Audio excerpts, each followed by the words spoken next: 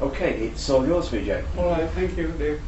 So it's creation, and the famous picture of Michelangelo on the Sistine Chapel, where God is giving the life spark, what we call in Sanskrit Chaitanya, to the inert being he has created. So that is the classical interpretation of creation. God made something and then gave it life. Okay, just to introduce the topic like that. Now, this is a PowerPoint presentation. I would request you not to accept any of the statements I make. So at each and every sentence you stop me, question it, let us debate all the points. Okay, that is how we should go. That is what I have been doing last year also, year before. Okay. Well, here is God taking the clay, preparing it. God is wearing some trousers, I think. Yeah. Okay. What is that there with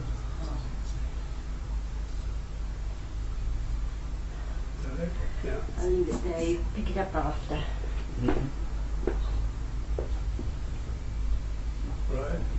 Okay. So clay is taken and it is prepared for making pots. So this is creation, the whole world God has created. You can see everyone there.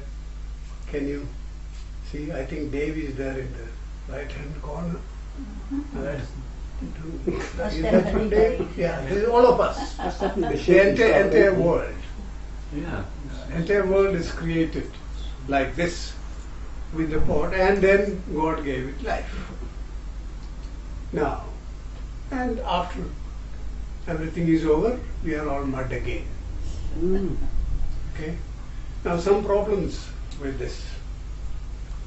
First, why did God get mud? If He created the world, the mud came after the creation. So where was the mud? Some simple questions. Where was He sitting before He created the world? If He is in the world, I mean, the world wouldn't have been there. So is there any place for Him to sit? Very simple questions, silly maybe, but was He sitting outside the world? So there is something other than the world then. If everything needs a creator, he too needs one. This was famous Bertrand Russell's question. If I need a creator, the creator needs a creator. Some of these, some simple questions I put, some observations. Pot is dependent on clay. You can say, if it is not true, you can say it is not true. Pot. If you want to create a pot, you need clay. So pot is dependent on clay. There is no independent existence for pot without clay. But clay is not dependent on the pot. If you don't agree, please tell me.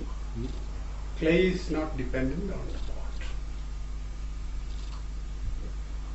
Let us call pot the world and clay Brahman. Just a name in this limited illustration. So pot is the world and clay is Brahman. So clay is there, pot is there, but we need a maker. The clay, retaining its nature, has deliberately assumed the form of pot.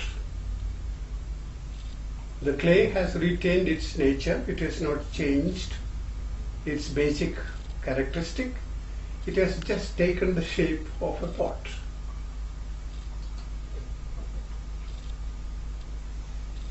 We have to find a cause which is more than what we can see. So if you see the pot and the clay, then we have to find a cause. Which cause made this clay into pot? That is something which we have to infer. We do not see that. So that is knowledge and skill. So the cause. Material cause, clay. I've used a Sanskrit word there, vibhu, because the little explanation comes later on. That is the material cause. And the intelligent cause, the maker, bhuta yoni, the cause of all elements and elementals. Elements are the basic building blocks of life, like air, fire, earth, sky and all that. And the elementals, the beings which come out of the elements. So the yoni means womb, bhuta yoni, the womb of all beings, the cause of all elements and elementals. So these two things, material cause and the intelligent cause, these are required for creation, for making anything. Vibhu indicates the cause that has become many. It is clay that has become many pots. That is vibhu. And bhuta yoni indicates the cause that has made the many. Just another way of saying material cause and intelligent cause.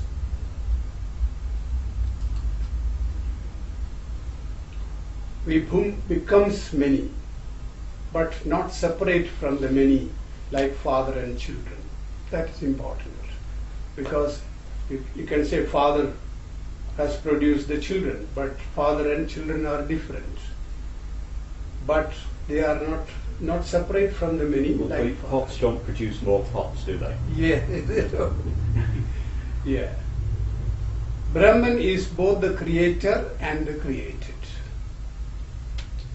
A simple illustration is when you scratch your body, you are the scratched and the scratcher.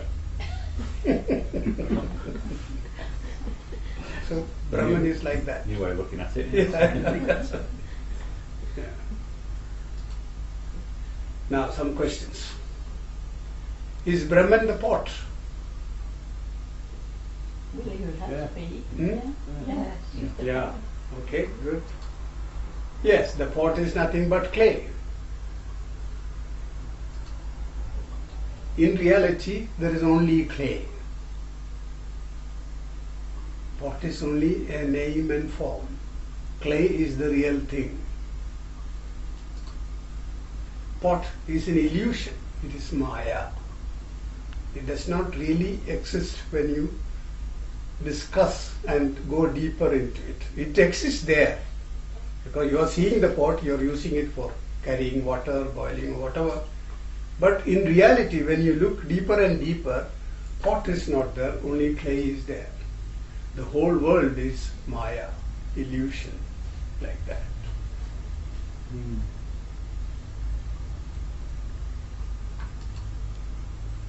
Like snake in the rope.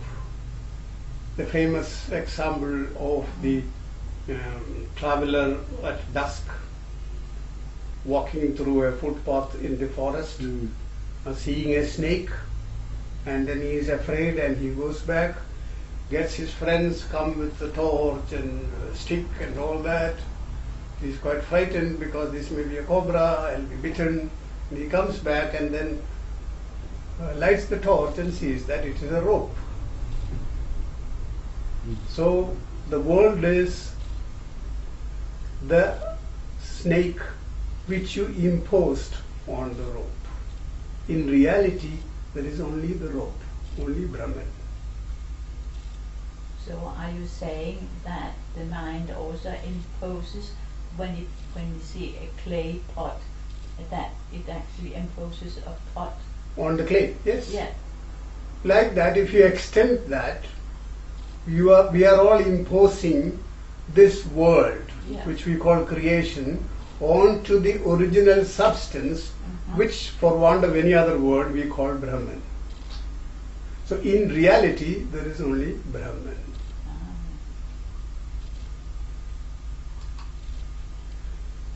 The rope doesn't undergo any change, so doesn't Brahman. The rope is there, rope is the same, whether you think of it as a snake or as a rope or anything. So that is the same. What is that Brahman? It is the isness of everything. When you say he is there, I am there, the tree is there, the building is there, the word is. That isness, there is no English word. Isness of everything, that is Brahman. The existence of everything, Sat of everything. Even when you say there is no, in the absence of everything, the isness of the absence of everything, that isness. Then you say there is nothing, that is there. And if you know that isness, Brahman, you know everything. Because everything else is a superimposition. So the key is to know Brahman. What is Brahman? Or, we can't have a very detailed discussion of Brahman, but something I have put later on. Brahman is knower's nature. It is the knower's nature which is really the underlying principle of the entire world. We will get opportunities to discuss that. If the knower is different, Brahman is not everything. So when you say Brahman is everything, it has to include the knower.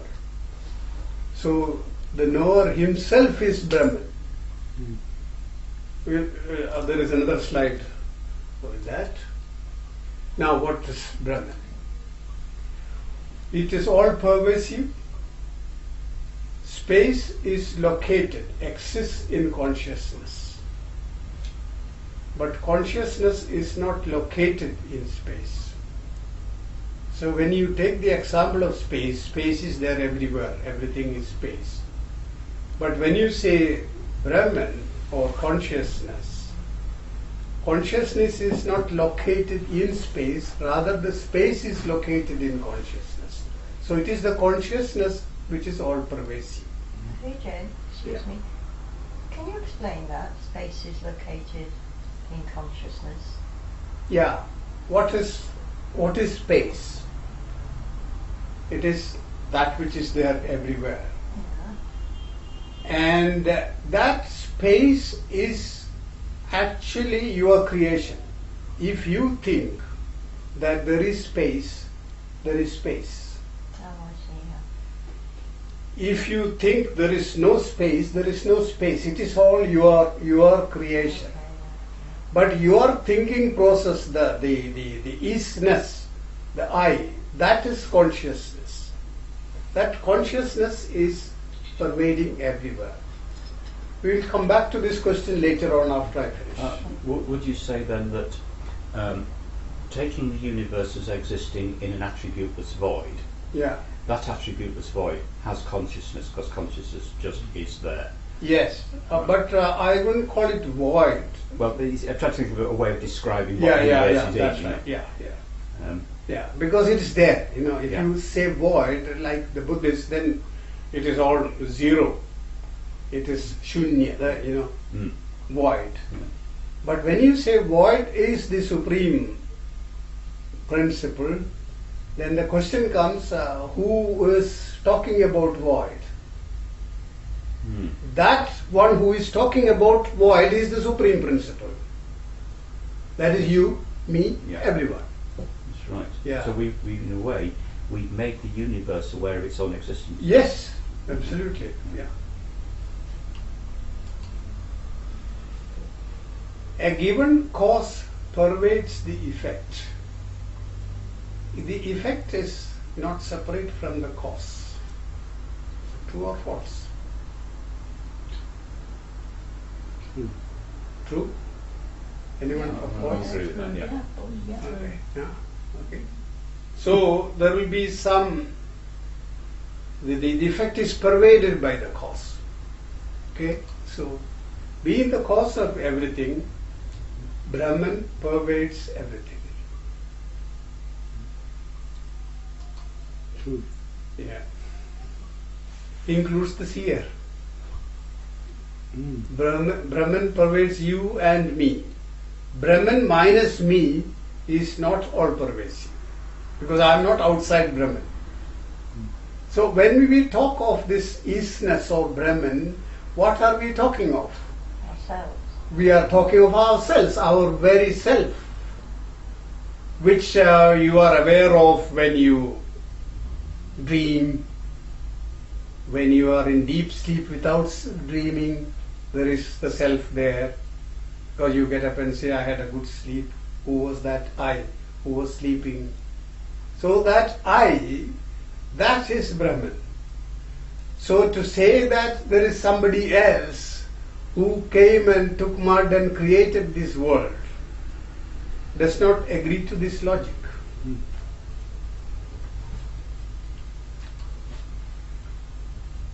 More details about Brahman. It is subtle. Now when we say subtle, what do we mean?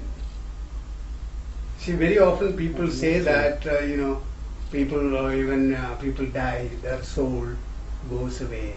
And according to Theosophy and all this, which we believe in, that soul goes and gets into some other body or goes somewhere and all that. When we talk about that, we have the vision of something going. Because of our conditioning, that has got to have a kind of a characteristic. Either you can name it, you can see it, or touch it, or you can hear the sound, or you can at least think about it. But Brahman is beyond all that. It's beyond the perception of the normal senses. All of the normal senses. Not available for objectification. We are all objectified. Without objectifying, we cannot think of anything. But this is beyond any objectification. You remember Kena Upanishad? 2 years ago, I did a presentation on Kena Upanishad, where the guru, the disciple comes and asks the guru, Kene Shitam, by whose will does my mind think, my ears hear, my eyes see, or all these things exist, by whose will? And what was his answer? That which is the hearing of the ear, the thought of the mind, the voice of the speech, the life of the breath, and the sight of the eye. He is talking in riddles. When the disciple asks, with what do I see? He says, you see with the eye of the eye. And you, with what do I think? You think with the mind of the mind. So, and one more from Kena Upanishad. That which is not thought by the mind, but that by which the mind thinks, know that to be Brahman. Not what people here adore. People may worship Shiva or Jesus Christ or Muhammad or Buddha. These are not Brahman. What makes my mind think? What makes my ears hear? That principle behind all this, that is Brahman. That is what we saw a couple of years ago. And Brahman is unchanging. That is free from decline and disappearance. It is not like once upon a time there was Brahman and then it became the world. It is always there. Eternal. Some illustrations, like the spider, who is the thread and its maker, doesn't require outside help. So we are comparing Brahman to the spider. Doesn't require any raw material. It comes out of its body. It is the maker and the thread. both the material cause and the intelligent cause. But doesn't undergo any change, remains as gold, whether in a ring or in a necklace.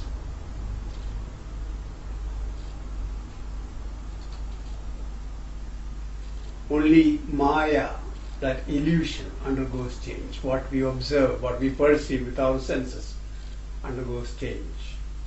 So Brahman remains the same. Now, some doubts about this. How can the world come out of Brahman? An illustration, just like trees coming out of earth. Okay. Another question, the spider is separate from the web. Once the web is made, spider sits outside waiting for the prey to come. The spider is separate from the web. The trees are not separate from the earth. The same minerals form them. How can the inert world come out of Brahman, which is consciousness? Just as hair coming out of a living body. With just some illustrations, hair is inert, nails are inert, comes out of a body which is live. Or the earth is inert, but the plants that come out of it are sentient or live.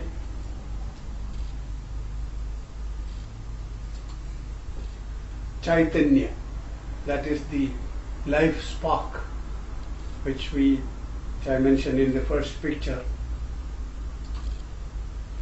Even the inert things are Brahman. So let us not forget that there is the spark of life of it. There is no other English word. That's why I used Chaitanya. Even in inert table, chair, pebble or anything, it is all there is Chaitanya there. There is spark there, because if you analyze, you put a piece of rubber in an electronic microscope, you will find atoms and neutrons and protons and all that going in a particular fashion. And if they go in another fashion, it's another material. So that active going round, that is there even in inert objects.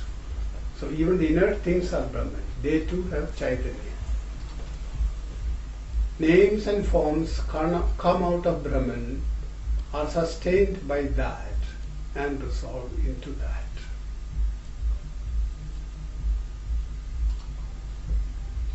In a dream, let's compare this with a dream. The dreamer is not separate from the dream. This is a very good illustration. When we dream, we see ourselves in the dream doing something or something happening to us, and you are there as an observer. That you, the observer, that is the real you, which we do not recognize during our wakeful times. At least in dreams it is there, and in deep sleep it is that observer who is always present, and that is Brahman. Well, when you dream in exactly the same way as you experience in reality. You don't dream it as an observer.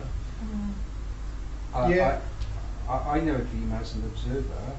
My dream is exactly what is going on in this room now. Yeah, but in your dream, are you a character? Yes. Are you a character in the dream? But I don't. Yeah, but yes, but in the sense that I'm this character, I'm not the observer. I'm part of the dream in the same way as I'm part of the dream of being in this room now. Agreed, no problem. Oh. but you have dreamt that you did something in the dream, or somebody else hit you, or something happened to you. You observed it. In the same you way are not consciously aware of that observance, I know, but you are there. Unless you observed it, how do you know you dreamt? What am I doing now then? Am I observing now? Up to you to say. You are a witness. We are all constant witnesses. Only we have to recognize that this is happening to me. I am doing this, and I am separate from this. That separation of me and I, that is the crux of the matter. Yeah. I maintain, at this very moment, I maintain what I consciously realise to be the illusion of all the people in this room. I recognise a sense of being separate from everyone in this room. Right. And this is exactly how I dream. Yeah. So, but at a higher level, I recognise that it is an illusion, because I come to realise that in my personal insights or Yeah. Philosophy That I.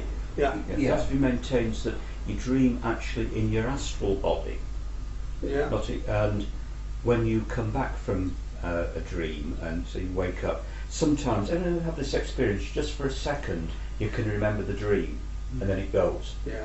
Yeah. And that's because you've clicked back into your physical body. Yeah. Also the experience, that if you're in a dream and you've realised you're dreaming and you have the experience, But you wake there up, again, you fall. I have had, because I have had the experience of, and everyone says once you realise you're dreaming, you wake up. Everyone says No, this. no, you can stay there. No, I Yeah. have done, so I stayed in the You dream. can stay And, there. and you do become. You And tend to you wake up. also wake up Yeah, but what- if you yeah. need to go to the and go back into your dream. Yes, but what I wanted to What I wanted to say was that I have had the experience of realizing I was dreaming and not being able to get out of the dream and not being able to wake That's up. a Yes. nightmare. Yeah, that's right. Yeah. That's right. I've also had the experience of getting into a dream and recognising I'm picking up on the dream I had a previous night. Yeah. You know, Yeah. so, so there's various levels, I think, at which we Yeah. perceive our But dreams. we don't know whether they're we call them dreams because we were Mm. sleeping, but they could just be memories Yes, Yeah. that's right. Yeah. of what we did when we were I think there's asleep. several types of dream. I think there's a defragging sort of dream, Yeah. Oh yeah. and there's the Which we don't create- usually remember. and the creative dreams. Yeah, yeah. I mean, Yeah. if you go into dream analysis, which is a totally different subject, but the point raised by Bill is that when I dream, it is I who am dreaming, and there is no separate I. Is that what you're saying? Mm. No, I'm saying that it's exactly as it is. My dream is exactly as I'm experiencing this now. It's identical Yes. in the sense that I believe that I am separate to everyone in this room, Yeah. and because I believe that in an ordinary way, and it's my dream. I could be dreaming now. It's exactly the same as when I'm dreaming. Yes. Maybe So- what you're Remember saying a is dream it's that only was when just you like wake a up. What? Sorry. It's only when you wake up that separation and that knowing that you have just had a dream. That's where maybe the separation comes. Yeah. With the, But it's no different to remembering where you went yesterday. Well, Yeah. I follow what you're saying. That when you wake up, what did you just say? When you wake up. when you wake up, you remember that you were in your dream. Yes. I mean, I could wake up now and realise that I was in my dream, and this is my dream. Is another way of looking at Wake up, Bill. it. That never happens in my dreams. But but I am trying to understand that you do realize that there is a separation in you as a character or a role player in the dream, and you as the one who dreams. Do you realize that? Just like you said, if you are dreaming now, Yes. there is another you who is dreaming. Right or wrong? If I'm dreaming now, there's another. I don't. If I'm dreaming now, there's another. If you're a character in your dream now, who is dreaming you? Yeah. Simple. What that doesn't that apply then to this reality that I'm having now? Then is this a, You are coming to the central point of Veda, yeah. that all this is an illusion, all Yes. this is a dream, and the dreamer is separate from all this. Yes. Yes. Well, I have. I mean, personally, I have glimpsed this. That's why I say that I recognise that it is an illusion. Though I'm enjoying it at the moment, and at this level of ordinary consciousness, I feel separate from everyone else in this room, Yeah. and distinct, and not. But I do recognise that is an illusion in my phase of consciousness, which I've had in the past, and I still recognise it at this very moment, even though you know, you most of the time you accept. Well, I know that the space I know that space is just the result of the objects creating the space. That you know, The absence of objects. that if there was no objects, there wouldn't be any space. Though, you know, I mean, even in the so-called Big Bang hypothesis, there isn't anything outside the Big Bang. You could never witness the Big Bang because there wasn't any space outside it. When the Big Bang happens, if a valid scientific hypothesis or theory, then space and indeed time came into existence according to the accepted scientific paradigm. Yeah, but I mean, that's another. Yeah, that's another thing. That's another because, thing, but the problem with Big Bang is, as far as I have thought about it, yeah, there has been somebody who has been observing this Big Bang without observing, or somebody at that time, or you know, at some point of time, there is an observer.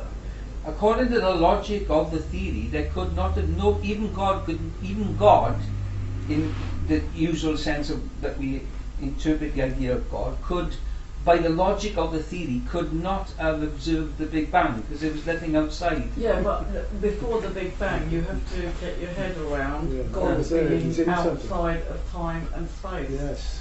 But what I'm saying is that there wasn't any time and space outside. There was no Yeah, I external. know, but that's. If you- know, as if Okay, you yes, yeah. nothing existed, not even empty space, that's the theory. Yeah. But did that not even empty space have consciousness? Consciousness existed and the Well- universe existed in potential.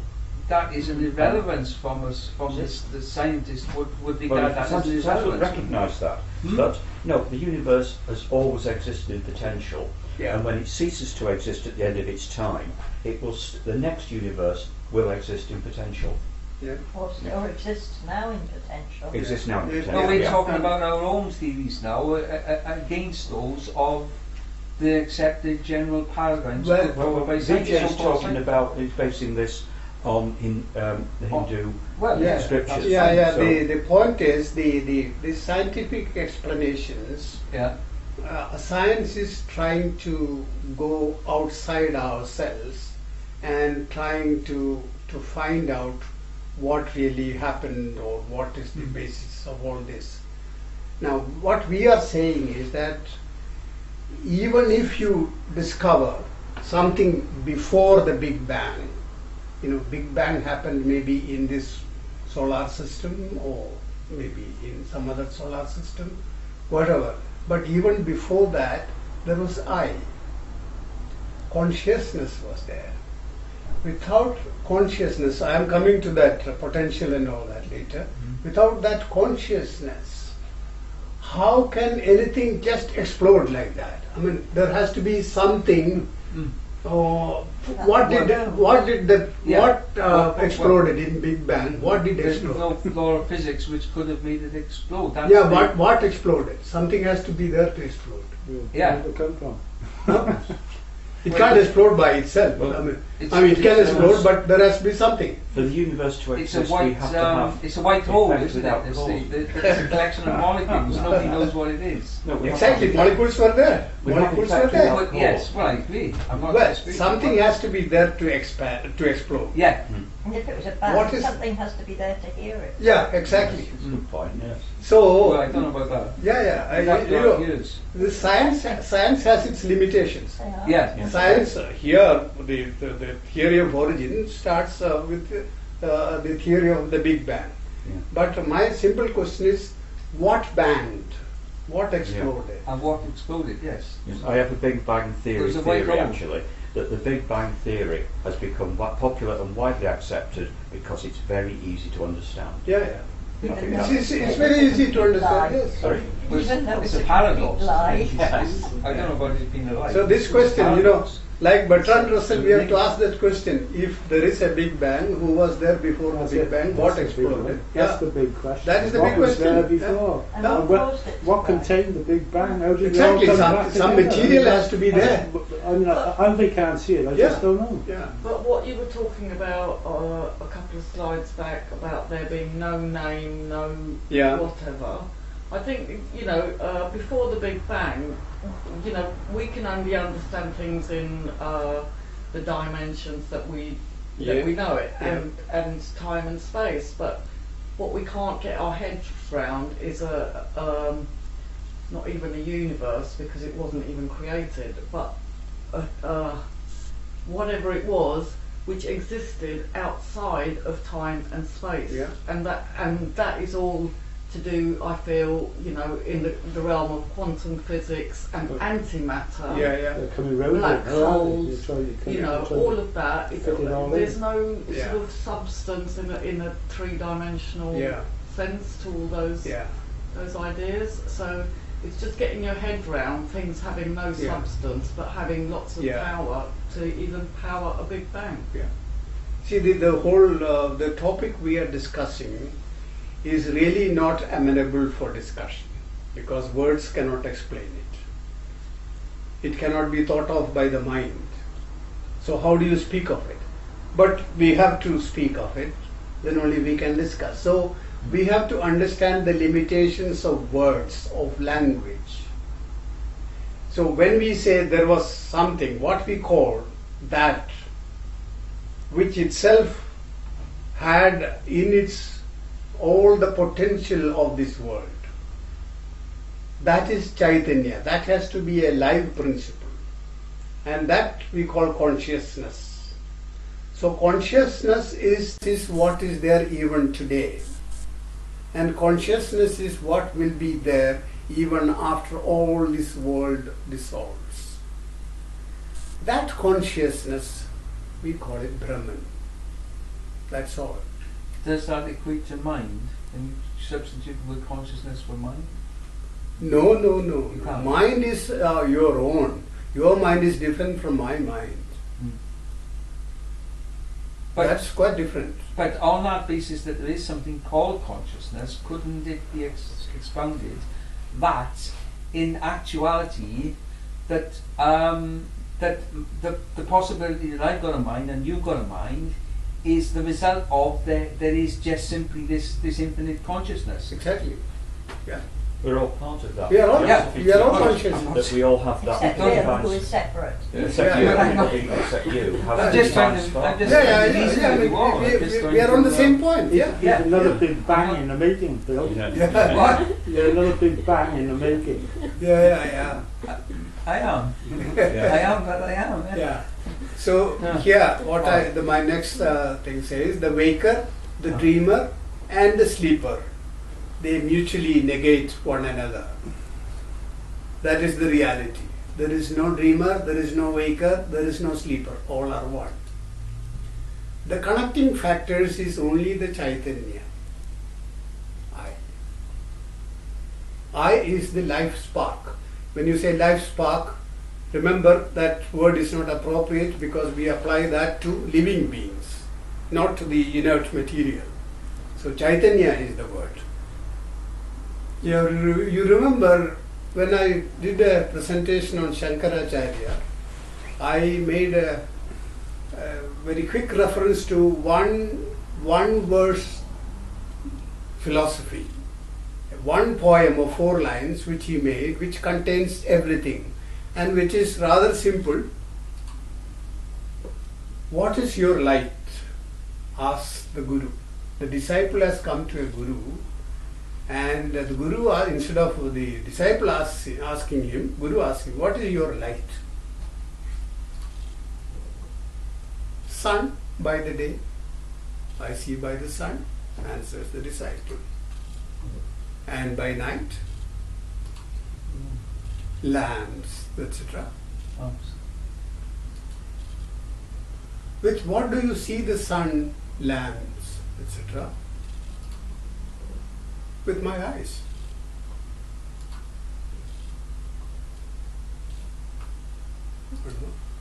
Yeah.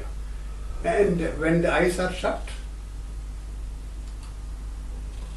with my intellect. Who sees the intellect? That is the question. I. That is the advice. Therefore, you are the ultimate light. A very simple verse. Eka shloki. Eka means one shloki. One verse. You are the ultimate light. So the disciple could have simply said, in the first case, I am the light. You didn't know. What? You didn't know.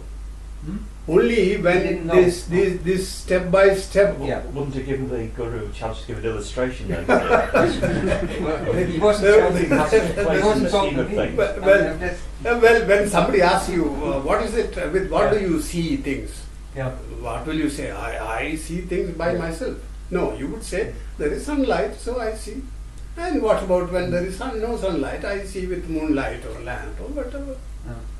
There's no am then after that I. No.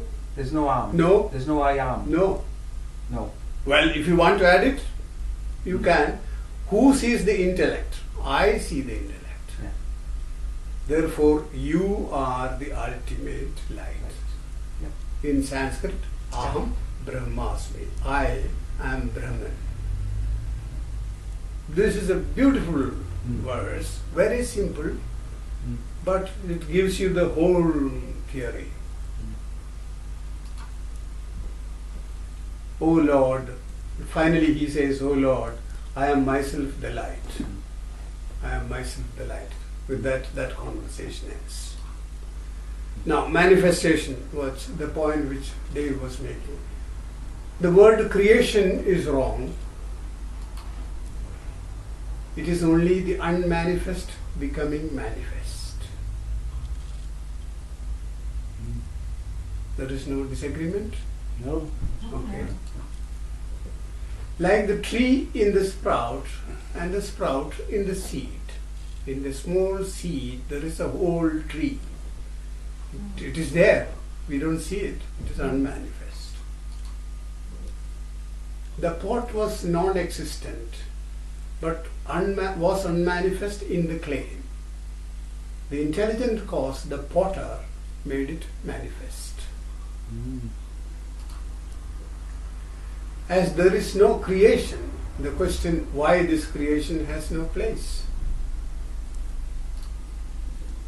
The proper question is this the nature of God? If you want to use that word God. That should be the proper question. Is this what we call God? The enquiry would take us where we are now. Cycle of creation. Yeah, this I took from my book. Just put it there. People say, what happens after this? Kali Yuga, the present Yuga, where we are the Vedic calendar, started in 3102 BC with the death of Krishna. It will last for 432,000 years. This with the other 3 yugas mentioned above. In my book there are 3 other yuga names. Make the quadruple yuga unit of Chatur Yuga. Chatur means 4, which together has a lifespan of 4.32 million years. 71 Chatur Yugas make 1 Manvantara. So 71 times 4.32 million years make 1 Manvantara, or the age of a Manu.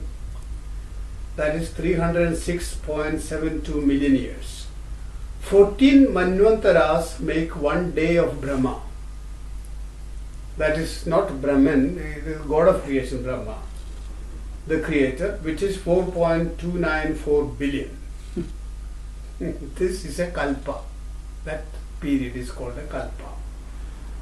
After this, there is pralaya, when everything is flooded and everything disappears. when everything is dissolved. Brahma sleeps for an equivalent period of time, I mean, a long time to sleep, and then wakes up and the next kalpa begins. This goes on. The interesting thing is that the accepted wisdom among scientists for the age of Earth is 4.56 billion years. The difference of 27 million years can be pardoned. I mean, this is my kind of in a funny way I have to. We are now in the 28th Chatur Yuga of the 7th Manu. So a long way to go. So this is, I just put this here to show that the appearance of names and forms is a cyclic process.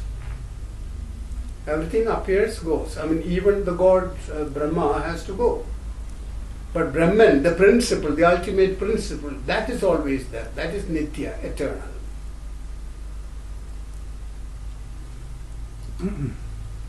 Now, word. In the beginning was the word. Word was with God. Word was God. Remember anybody? John. Mark. Prologue. Yeah. Yes. Of the four Gospels, John's is what I like. Yes. Now, word indicates knowledge. Remember, it is not a word. It is not words. Word. It's knowledge. It is, for every word there is an indication. So, what does it indicate? Knowledge. Pure knowledge was there in the beginning, before the creation. Names and forms were there in the form of knowledge, but it had not come to manifest. Knowledge can exist only in a conscious being. Knowledge was not separate from God. I use God in the ordinary sense. Knowledge was not separate from God. Knowledge alone comes to manifest as the world.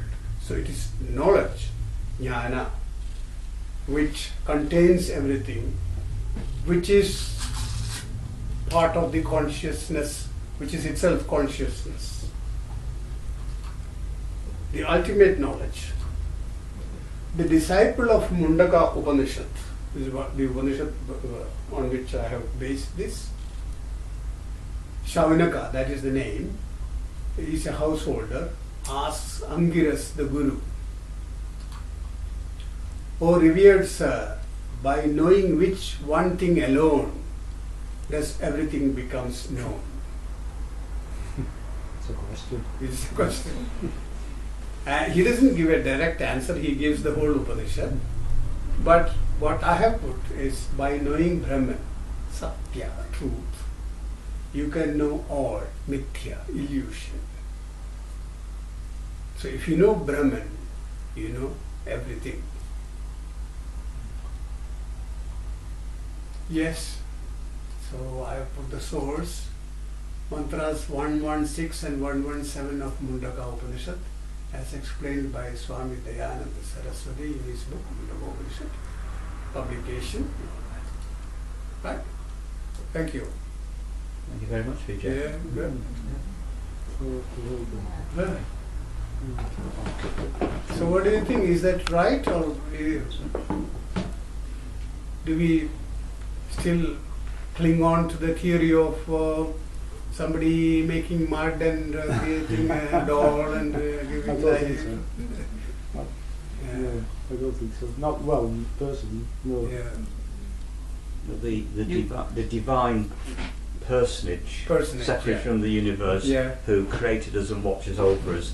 I think that has had much, the credibility Yeah. has certainly gone down Yeah. with that theory. What is it that HPV says about it? She says this. It's up there, isn't it, Dave? What she says about the first principle. Yes, an immutable principle. Yeah, Yeah. that sums it up completely. What Yeah. Vijay has been saying, that it's unimaginable. You can't Yeah. think Beyond speculation. Beyond speculation. beyond thought, speculation. yeah. But she uses those words as her definition for God, does she not? Well, you when's in the book. Yeah, but we use that because there's been a need in Theosophy to differentiate how we perceive the ultimate or the infinite or the universal, for how we want to describe it, as being separate from the God of the Old Testament, because as it stood in the West in the 1880s, the God of the Old Testament was really the only God available. Yeah. And that's why Blavatsky came up with the immutable principle beyond speculation. Beyond, yeah. Yeah. And we still run with that. Yeah. To separate our ideas from those of the prevailing ideas of the God of the Old Testament. Which is why we call it the power of Brahm, rather than saying God. That's right. Yeah. There are some cavemen who are chained in the cave, and they are always pushing at the wheel, and they don't see any outside world. They only see their shadows, and their shadows talk to them and all that. And there's a hole on top, and somebody one day comes and beckons one of these guys, and his chain is loose, so he doesn't go first, nothing doing, but he beckons again, and then he gets pulled out to the world outside, and then he sees the trees, the animals, the mountains, and all that. And after a while, he wants to come back to his friends, and he comes back and says, look, there is something out there. There is the sky, there are the rivers, animals, all that. And these fellows say that you are mad. There is nothing like this. Is the world. There is nothing beyond this. So we are cavemen, chained, pushing at the wheel. Yeah. So there are different dimensions. So we have created this. Yeah, this. Well, the thing is that we're here, and if the mind is creating that, I mean, so is it a question of that we have to evolve the mind? I've also quite recently read something about Sri Aurobindo, and he says that we are in evolution, and because the mind is not really serving us well, so there is another mind, and that is the spirit. So we'll then get into truth and knowledge. So since we are in evolution, how we could actually suddenly step out of all the illusion is... Yes, that basically kind of surmises this theory that all this we have created, and we have to know our self. Yeah. That is, to say that we will suddenly get out of this illusion and all that, I don't know. There may be people who have got out of this illusion all of a sudden, but what I know is that there are many people who have spent their lifetime reading, studying, going to the gurus, contemplating, meditating for days on end, and they have no desire in this world, and whatever you do to them, they are happy. And such people are there even today. So they have got to that stage by years of hard work. Yeah. There may be some people who by the accumulation of their good karma in the previous lives and all that. I think the inner work must involve inner work from previous lives. Yeah. The fact that you undertake a level of inner work means that there's you did something positive spiritually in a previous life to have that, to take that initiative in this life. Yeah. But I understand, even if you have good karma or bad karma, even the good karma, it is, as I'm picking it up, is a question of getting to know yourself. A so-called enlightened person, he lives in the world, but he doesn't act nor react. Yeah. So having just good karma will not get you further. Good karma is It means you've got- required step, because it's a step-by-step progress. Yeah. If you have good karma, Yeah.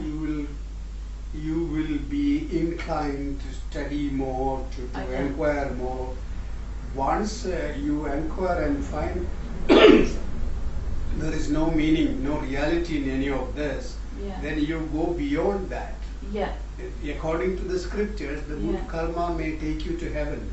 Well, that is true. I can see that the good karma also gives you that peace of mind Yeah. to study and to learn which way you Yeah. should go. Yeah. Annie Besant said that Yeah.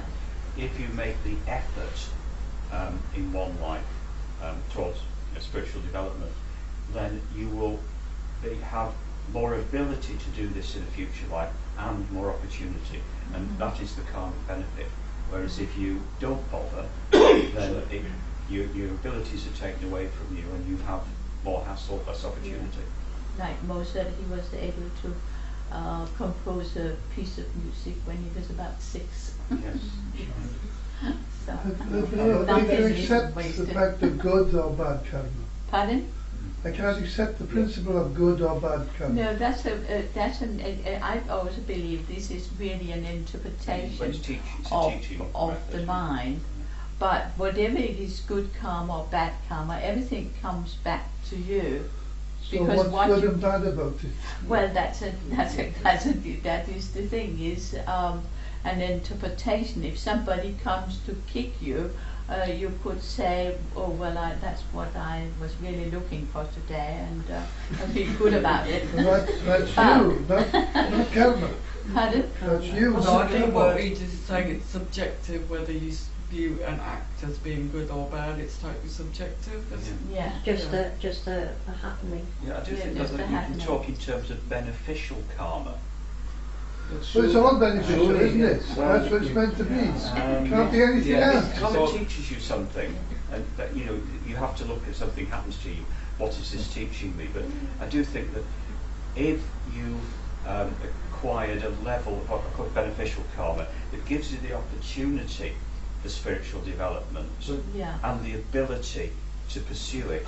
But then it's that all is I beneficial. know what they're saying, it's all beneficial. It's all But if beneficial. you suffer Yes. But, immeasurably, it's still okay, beneficial. but You evolve through that. perhaps the English language doesn't have the words for this. I don't know.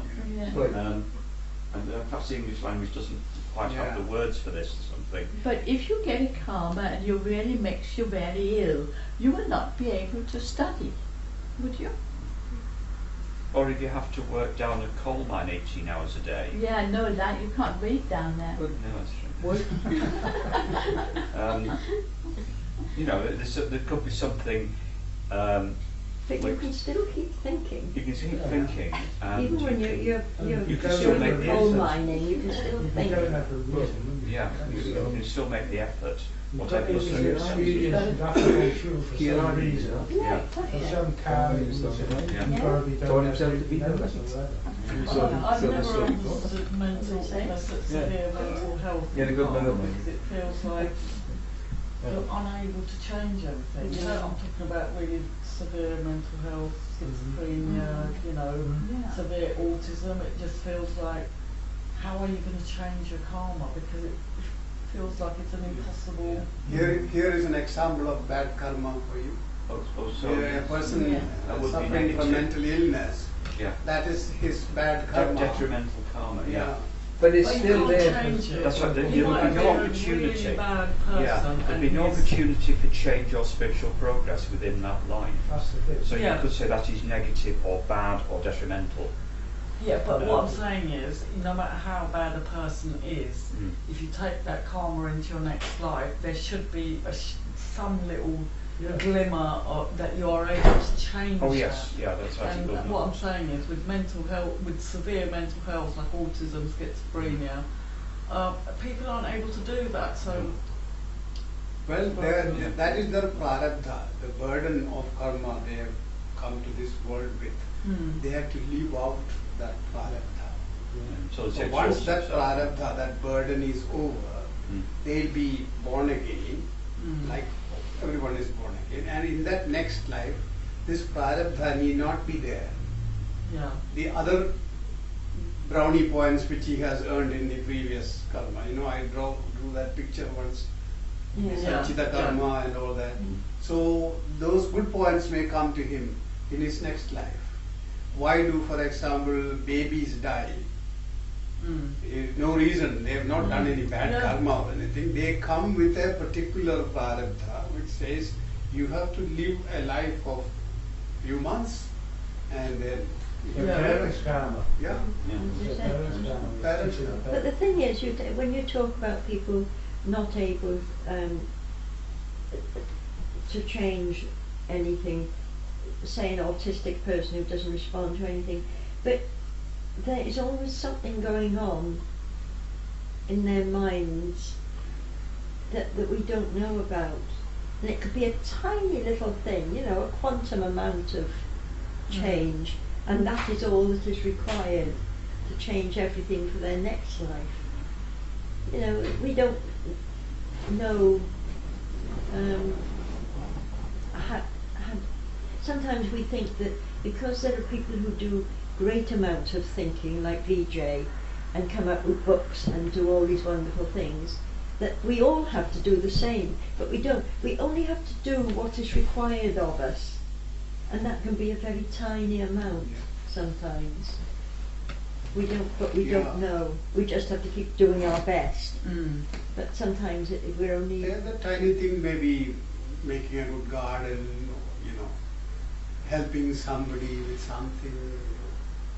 Those Even just smiling at somebody one day can change that person's life. Yeah. You know, it only takes little things.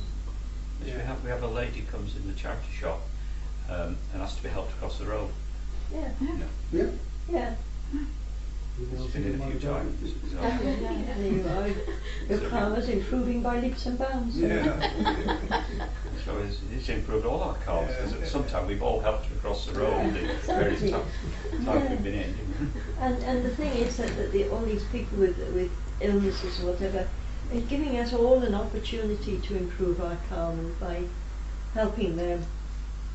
Oh yeah, but I'm just talking about specifically the person with mental health, and you know, because I've known quite a lot of people with severe mental health problems, and it just seems like such a cruel karma, if you like, where they're unable It is cruel to do anything but and change we're- it. But as Vijay but says, we're thinking of them as us.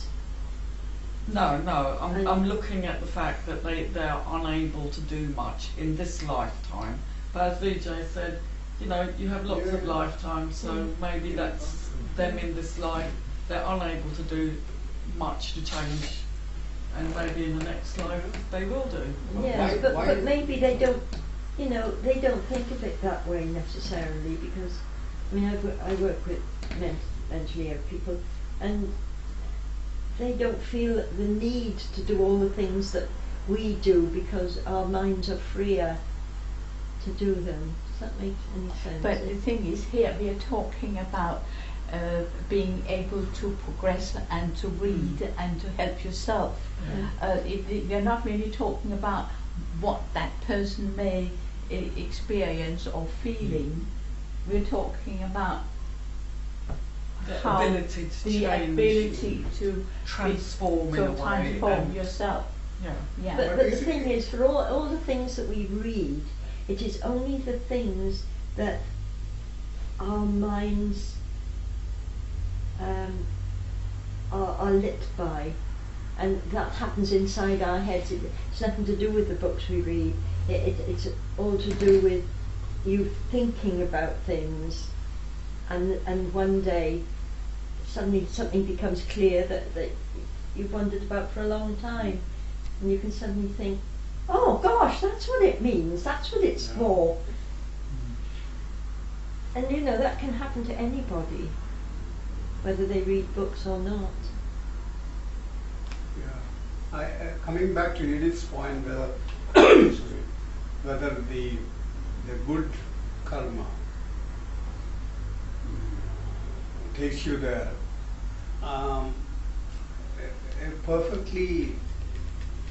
A perfect set of good karma may take you to heaven. But heaven is a temporary abode. Yes. Once the effect of that karma is over, you come back. So heaven should not be your goal. Your goal is to go beyond even the good karma. The bad karma you have already gone beyond. The good karma also you go beyond and realize yourself. And that is moksha, that is release from continuous cycle of birth and death. That is the aim of life. Good karma is an intermediary step. Yeah. Yeah. Don't know where I read it. It said power is to accept whatever comes to you, and that means good thing or bad things. Yeah. And they are able to take everything in their stride. For example, Bhagavan Ramana Maharshi, I gave a presentation, I think it was last year or the year before. He died of cancer. He was suffering from throat cancer. But that was not affecting him like it would affect us. He had physical pain, but he was, I would say, I would draw a line between physical pain and mental happiness. That this physical pain did not disturb his mental happiness. There are examples of his disciples saying that when visitors come, he will be very painful, but the moment they go away, he will call us and continue his discourse. Things like that. So that means they were not really mentally affected by the condition of their physical body. That is the sign of realization. I believe Krishnamurti also died of cancer, and apparently he had he did have quite heavy headaches, but I mean he was also teaching right to the end, so he must have been able to go by on that. Exactly. Sri Ramakrishna Paramahamsa is another example. And then I've heard it saying also that at the end of the day, the body got to think of a way to go. I don't know where anybody actually die of old age, or where the body always had to think of an illness. There's a subtle, at a subtle level, you decide at some point to carry on living or not to carry on living, and I think these come round at various stages, and I think that people at a subtle level have decided to carry on. And that's why the body's got to maintain the life force, hasn't it? That's It's right, capable of holding the life force. It gets to a certain stage, but it can't hold on to the life force, and then it's just... Well, we've got a very strong survival instinct, the animal, the animal survival instinct, which is there and very resilient and overcoming. But I do think people decide to retire from the game. Yeah. Also, I think that we absorb prana, our life force, and a little bit like an electric fire with electricity going through it, it's all right for many years, and then suddenly it can't handle the electricity anymore, it just goes whoomp, and that's the end of it. And I think that's really what happens to the human body. At some stage it can't handle the prana, and it gives out. I think that what you're saying, people sort of are beginning to know it is time to go, and some people do die of old age. I think they simply beginning to stop eating. Well, what's suicide then? If you're saying about the prana, because I think of suicide as being Theosophy has quite a detailed decision system for people who commit suicide, in which you remain in a sort of state of almost dormancy for the duration of what would have been your natural life. But I could do a talk on suicide sometime. It's quite a... But what is suicide? Sorry? What is suicide? It's taking your own life. Yeah, but... Well, what there are various forms of suicide. No, sorry. I'm sorry, we're getting away from the... Okay. The people, the withdrawal form of suicide, people have had enough and they just exit from the game. Yeah, but there's altruistic suicide. There's altruistic suicide where people, in some tribal societies, people don't want to be a burden. Yeah. But I do think there's possibly people don't look after themselves and destroy themselves over a period of time. And to me, that is another form of suicide. What It's about giving up. alcoholics? Alcoholism, Yes, yes, you would that's say a that. form of self-destruction. Yeah. As to what actually constitutes cognitive decision to end your life, which actually suicide you sort of like take an overdose, Yeah. that's a cognitive decision Yeah. to end your life. But I think there's another form of suicide where people give up and don't look after themselves. Yeah. So, but Theosophy maintains that if you end your life prematurely, I presume this includes all sorts of withdrawal, you're in a state of dormancy, not really limbo, sort of dormancy, for the period of what would have been your normal lifespan. What about a person then who is going through that process of, say, in the case of an alcoholic, but that person, before they die, they genuinely make an effort to actually do things, such as just exercising their right to vote or something like that, and they've suddenly began to take steps forward in a very subtle way to not to dodge. Not effort would be. Why should that person suffer that kind of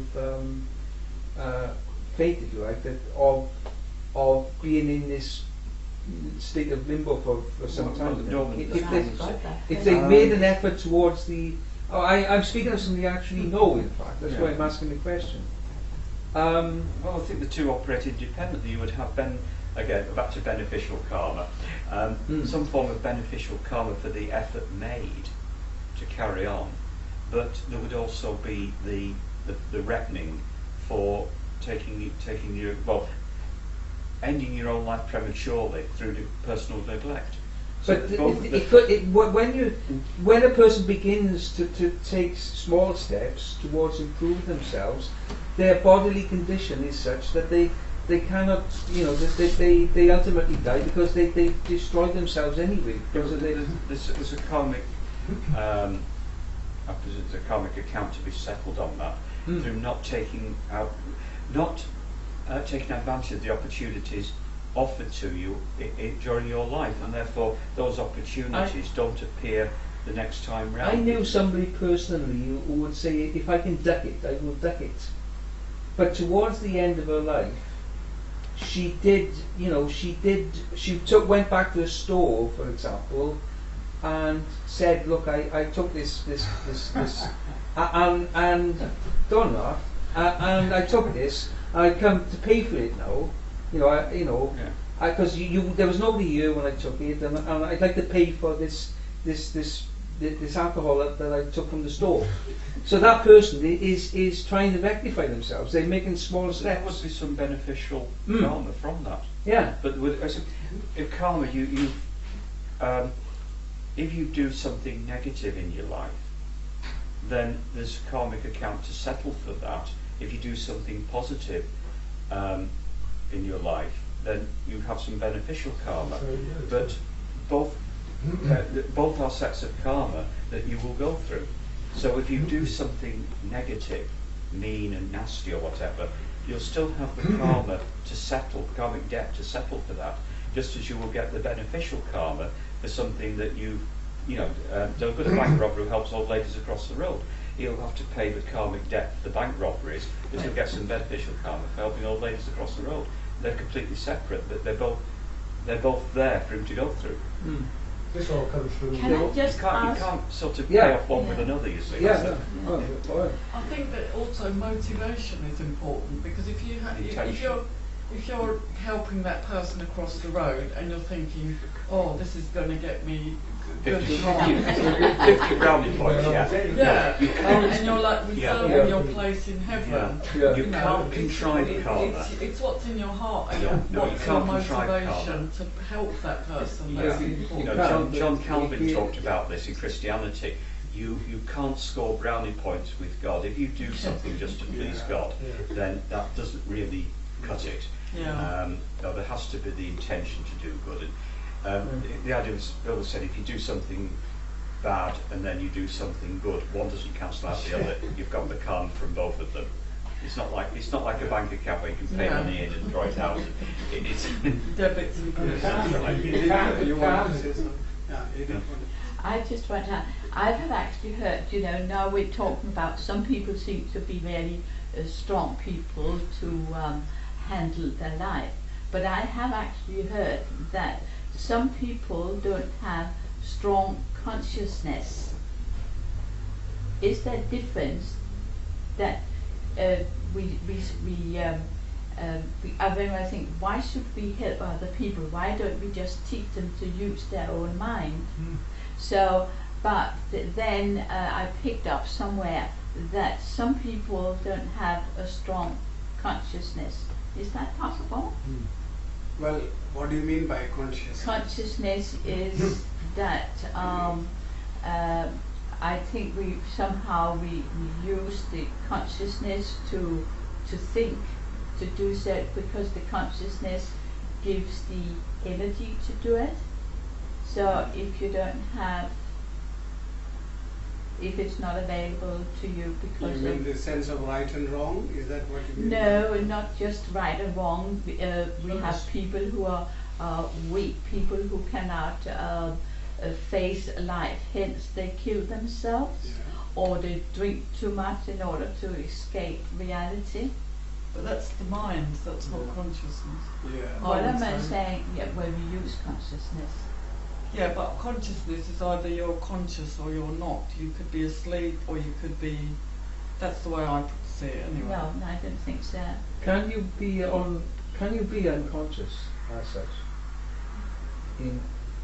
On the basis of your soul? That is why I asked this question, what is consciousness? What is conscious? If by consciousness, if you mean it is Brahman, you can never be unconscious. Yeah. It is always there. Always even there. when you are So Yeah. even when you're But sleeping, we get the energy from the spirit. Yes. So is it because the energies from the spirit is not available? Since some people are not as strong, can't face life. Well, you have the expression strong-minded, weak-minded, and always. I think it all boils down to the karma, doesn't it? Okay. Because to have a strong willpower, or all that depends on your karma. Yeah. You are born with that, and that's certain situations you behave in a certain way because of your karma. And So it is a case of evolving. Evolving, yes. Yeah. Yeah. And we are only evolving towards higher Higher, beings. yeah. The good karma which you have done in the past, which is helping you to do again good karma in this life, and like that it goes on. And Bhagavad Gita says specifically that whatever good things you do are never forgotten. It's a continuation from there. So it all boils down to that. Okay. Yeah, that's what I think. Because if you have strong will, or if you do not have strong will, depends on you. That's depending on how you evolve yourself. Yeah, exactly. Yeah. So it comes down to karma rather than. Yeah. This karma theory is a beautiful explanation of many of our problems, many of the questions. I have not found another theory which explains suffering for no reason. People suffer. Yeah. They have illnesses one after the other. The family has problems. They have not done any bad things in this life. Yeah. It is great gaining ground in the West. Yeah. Because it provides explanations. I mean, there's two other alternatives. One is that everything is at God's pleasure, okay, and the other is stuff just happens. Accidental. Yeah, that's it, law of accident. Yeah. So that karma is certainly gaining ground in the West. There's an explanation, but what I think, going back to what Vijay asked then, I think we only learn from the bad, painful things of life. Yes. If we go through life and everything is lovely, what do we learn? Yeah. We have to suffer in order to progress. every bad experience has some learning element. Yeah. at the Yeah. end. Yeah. That is why in Reiki, I learned Reiki just for the fun of it. They say that you have to thank everybody. Fine. You have to find reasons for thanking the people who you do not like. How do you do that? That's Very the hard difficult. bit, isn't it? Very difficult. But still I try. I mean, just for the curiosity of it. And Yeah. it is quite interesting. Quite interesting. So you're still at the stage where you're not liking people then? Well, not much anymore at the time. Especially when you are working, you come across many people who I know, not yes. like. Welcome to the real world. Yeah. And after a while, after a while, although I didn't practice Reiki, after learning it 10 years later, I was in Watford and I just practiced Reiki on a co-golfer and he got out of his hip pain. Wonderful. And there was another lady who, hearing this, she came and said, I've got a lump in my breast and I want you to do Reiki on that. I said, this is a serious matter. You have to go to a specialist. All that I booked. I go to the GP, all that. And the specialist appointment is next Thursday. I said, okay, let's do that and we will do it later on if necessary. No, I want you to do it now. Well, because of her insistence, I did. I said it's a 4-day practice, so 1.5 hours it takes for one session. It's very difficult, very strenuous for the practitioner. But I did that. And the second or third day, she said the lump is now smaller. I said, anyway, you keep the appointment with the radiologist and go to that. So Thursday she went to the radiologist. There was no lump at all. I don't know whether it is due to Reiki or some of these lumps come and go. Yeah. But it is effective. What I'm trying to say is that if you practice it sincerely, which I did, I didn't practice. When I learned, I really learned it well, and then I forgot about it. And then the fact that she really believed in what you were doing. Yes, I believed it because it is, you have to thank. The patient has to be in a thankful mood. The practitioner has to be in a thankful mood. You thank everything, even the doormat which you crossed. Somebody gave way on the highway. You thank that person like that. The thanking is a universal process. So, and because I learned how to thank a person who you do not like, that helped me. I didn't particularly like her then, Vijay. This person, she's a lovely lady. She now lives in Italy and we are good friends. Still on Facebook. Are we ready for a cup of tea now? Interesting, thank you. Yeah, thank you very much for your tremendous insight. Okay, thank you. Vijay Chandran. Thank you.